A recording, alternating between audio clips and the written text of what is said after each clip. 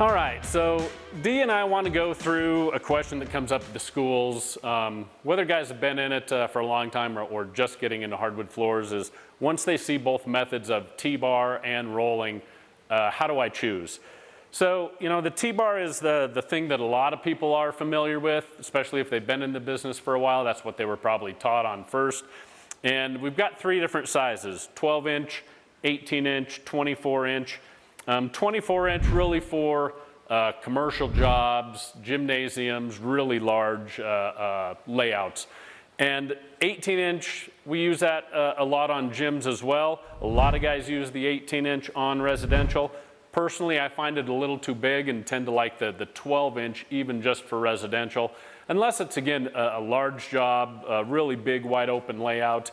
But if I'm working pantries, closets, down hallways, I just find the 12-inch is a lot easier to use in those situations and still big enough where I can work the wide open areas. So why would I choose a T-bar? One, it's going to be faster on strip floors, plank floors, again, gymnasiums, office buildings, commercial jobs where it's strip, plank, something laid straight, wide open, nice layout on that. It's just going to be quicker. But a couple of watch outs whenever you're T-barring. One is I've always got a big puddle over my seams, that's running right up and down with my side joints. And that can cause a lot of product to run down in there. So if I've got a floor like that that's fairly opened up and I didn't want to trowel fill it for some reason, or it's just a recoat, then I'm probably going to want to go roller. So watch out with having that puddle over the seams all the time. And the other thing is, because I've got that puddle, and I'm always working at, the full distance across that floor to my exit point, to a transition area, it tends to pick up debris all the way across that floor and then tends to deposit it right there, right in that transition. So we always have to keep an eye out and make sure that, hey, before we start working our way out of the room, we're walking the puddle, picking the debris out, cleaning it up. We may even wipe the puddle up. Right before we end, pour some fresh material down. You just don't want to leave any debris that this tool picked up on its way across the floor and deposit it right in that transition area. So it's usually best with a two-man crew where we've got one guy cutting in and pouring, the other guy just working the T-bar. Of course, you can work it by yourself and then cut in for yourself also, but it's a little more difficult.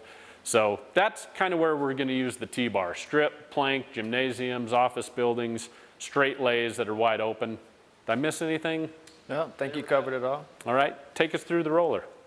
So the Bona roller, another option when it comes to applying your water-based seal coats, water-based finishes. Some of the advantages, Todd mentioned speed when it comes to the T-bar. With the roller, you're not going to be so fast. I mean, you can roll a little faster, but for the most part, you don't want any splattering. But, the biggest advantages is herringbone, some of those layouts where it involves wood going in different directions, your, inlays, herringbone, parquet patterns, things of that nature. But you have a lot of options with the roller. For wider rooms, you can typically split those rooms up depending on how wide they are, where you're kind of doing half the room and then you'll come back and join up on the other half. Or, if you have multiple guys on the job, you can have one guy in a room by himself. If there's no baseboards up, there's no need for a cut-in pad. But one guy can be doing one room while you have another guy rolling in another room. If you get into a larger room and you have two guys rolling at once, the biggest key is just staying consistent with that application rate. Another option for the roller is, sometimes you have a pre-finished floor or even unfinished floor where you have a nice deep V groove or a heavy hand-scraped floor where you don't want to leave a lot of product puddled in those sections. Then you can do what we call a dip and roll technique, working out of a paint tray, and that way you can really control how much product is actually being put on that floor and not having a lot of product sitting down into that V groove. So again, T-bar, strip, plank, gym floors, something that's wide open, laid straight and flat. I think that's a great point on the rollers, that if they're hand scraped, beveled, you use the T-bar on that, you're going to tend to fill those up.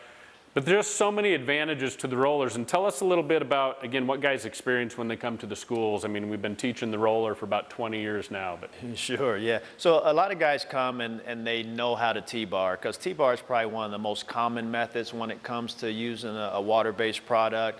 But more and more guys are interested in rolling, and as Todd mentioned, we've been teaching it for quite some time. And I would say for those guys that are maybe new to the industry, they really do pick up on the roller, pretty fast. And then some of those guys that have been around for a while, sometimes they get stuck in their ways and they think the T-bar is the only way. But once they're able to see the results you get with the roller, it really changes their mind pretty quick, because there's not a lot of different techniques that are used in regards to T-bar, where you have to remember, pull out your turn marks, maintaining a nice wet edge, and sometimes it can get a little messy. And I think with, both learn both methods, right? You're going to run into jobs where, hey, I roll all the time, but this one's really going to be best if we T-bar. But we really do find that the roller just has so many more advantages to it. Gives you a lot more options to work that job. But learn them both. We hope that helps you guys out make that decision on, do I T-bar or do I roll? And if you have any other questions, give your tech and training crew a call or reach out to your Bona territory manager.